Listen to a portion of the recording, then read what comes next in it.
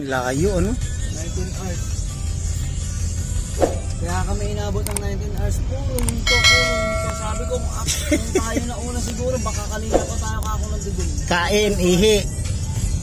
Tawag dito, puro parang adik eh. Yun.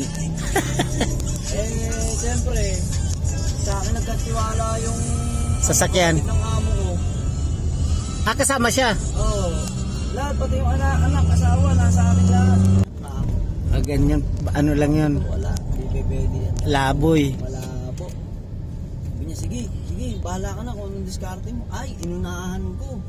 Siguro, simula dito, hanggang ano na kami, hanggang Batangas, ganun na kalayo namin. Papuntang Quezon, nakailang ito na kami. Ay wala, matatagalan nga kayo. Matagalan talaga yung ba? Hindi nyo makuha yung 8 oras. Usapan namin na may-ari. Kasama namin na truck. Hindi naman namin pwede iwan pa kasi lahat ng gamit nandito. Baka mamaya may ibaba sila na ano-ano ang mga gamit pa naman doon, puro paninda. Dadalhin sa Bicol. Oo. Mula sa gulong, paakyat, ang gulong ng katawan. Nung nalaman-laman naman na okay na. Yan na. Yung mga pinsan niya galing Bohol. Ay, putik na yung kinuha. Ang ganda na pero. Kasi papaayos din. Pa-condition yun.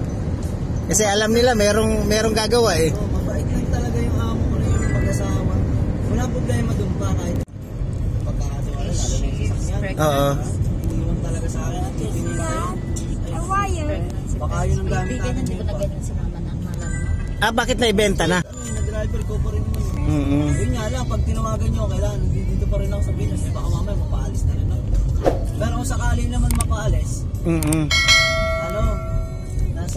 andyan naman si Papa. Yun. Kasi kilala ni Papa yun eh. Saka ni Mama eh. Lalo na si Mama kadikit. Ilagay po na tapos na yung pan nakikis and that. Ma nakikis that thing hiding dito.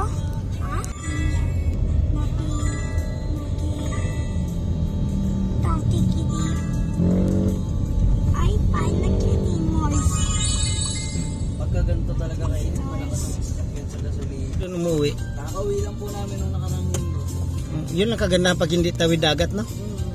Sa atin, tawid dagat eh. Dagat sa Mas bate. Kaya pag tag-alon, wala. Standby ka talaga. Probinsya, gaganda ng mga ano doon. Kulang lang building.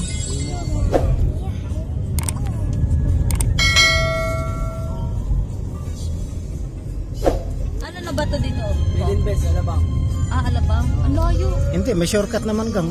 Hindi, may service naman din ito. Service road. C5 ka, C6? C5 ako pa. Mas mabilis doon. Dito na kami sa bagong ilog pa eh. Nagbumotor kayo? Motor service. Batangas to Eliap yun eh. Ang layo pala ng pinapasukan ng asawa mo? Araw-araw yan. Sana bukas, dito na naman. Minsan may ano siya gang, may work at home. Opo. Ayun, maganda.